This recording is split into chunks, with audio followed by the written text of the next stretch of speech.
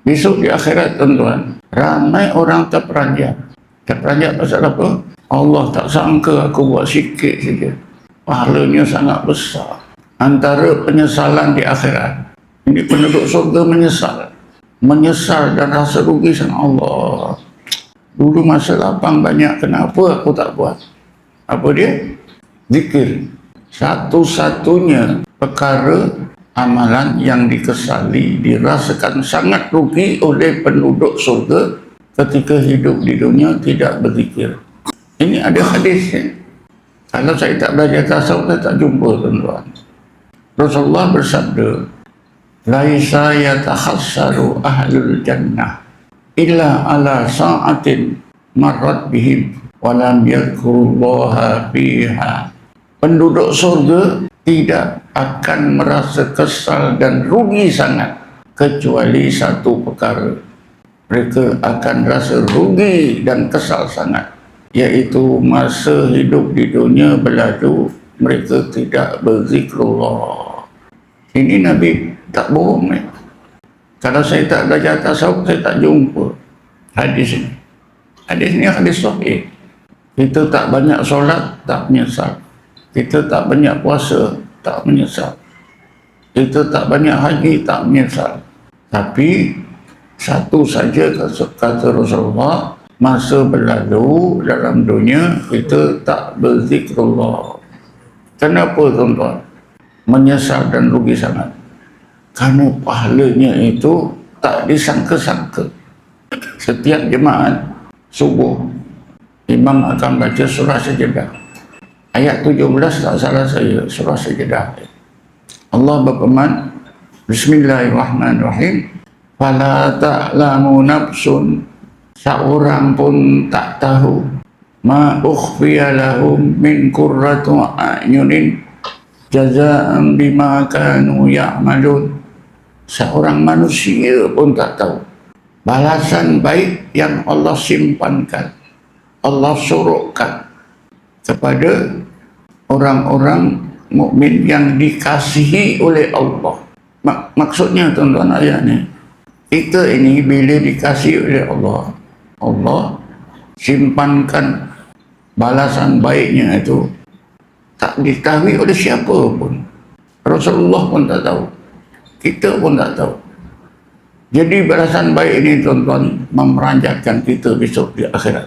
Allah, aku buat sikit macam ni besarnya pahala, macam ini baiknya. Dulu kalau di dunia aku buat zikir banyak kan. Ini penyesalannya.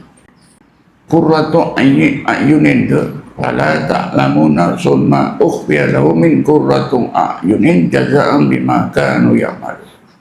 Bila kita ini menjadi qurratu a'yunillah, maknanya kita disayangi, dikasihi oleh Allah, maka Allah sediakan balasan yang luar biasa, tak terduga oleh sesiapa pun. Inilah akhirnya dikesalkan besok Allah. Aku tak fikirlah dulu.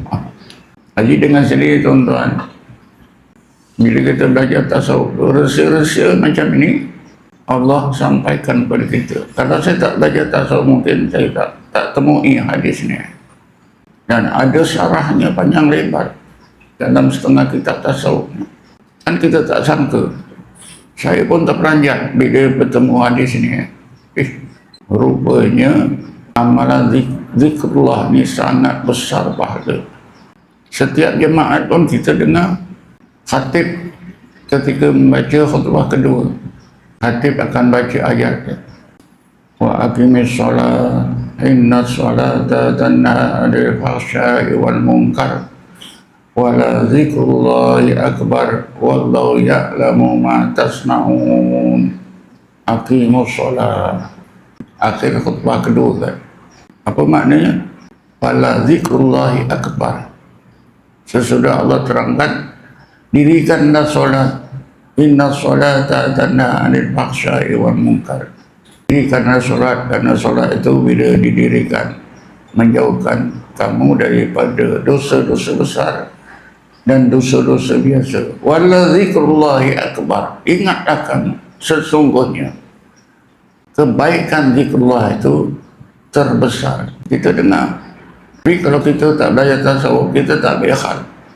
Oleh kerana saya belajar tasawuf, tuan-tuan, kita peranjat. Wala zikrullahi akbar. Baikkan hikmah, pahala zikrullah itu lebih besar daripada pahala solat. Tapi kita cepat-cepat tolak. Kalau zikrullah ni pahalanya besar, kenapa tak disebut dalam rukun Islam yang 5? Tak ada zikir. Rukun Islam yang 5, pertama mengucap 2 kalimah syahadah, kedua sembahyang 45 waktu, ketiga puasa bulan Ramadan, keempat bayar zakat, kelima naik haji. Kenapa tak ada zikir? Ini dijawab oleh ulama tasawuf. Betul, amalan zikir ni tak dijadikan salah satu rukun Islam yang 5. Tapi rukun Islam yang 5, ibadat 5 ni tak akan jadi sempurna kalau tidak berzikir. Jadi amalan zikir itu nanti jadi nyawa semua ibadat. Nyawa solat kita, nyawa puasa kita, nyawa haji kita, ya, nyawa zakat kita, nyawanya berzikir. Satu ayat ini yang ringkas, surah 14 surah Taha. Bismillahirrahmanirrahim. Hujung ayat 14 surah Taha, Allah berfirman, wa aqimis solat li zikri. 2 perkataan. Dirikanlah solat untuk ingat aku. Solat kita faham dah, rukun qauli, rukun fi'li. Ingat Allah. Jadi solat itu ada 2 bahagian. Zahirnya bacaan kita, perbuatan kita, berdiri, rukuk, sujud dan sebagainya. Dalaman ingat Allah. Jadi macam mana nak ingat Allah kalau kita tak belajar tasawuf? Dalam tasawuf ada diajar macam mana nak ingat Allah. Di sinilah tuan-tuan kita nampak dengan jelas bahawa belajar tasawuf itu wajib. Karena kalau tak belajar tasawuf, kita tak belajar ingat Allah. Nak zikir tu macam mana? Tak diajar.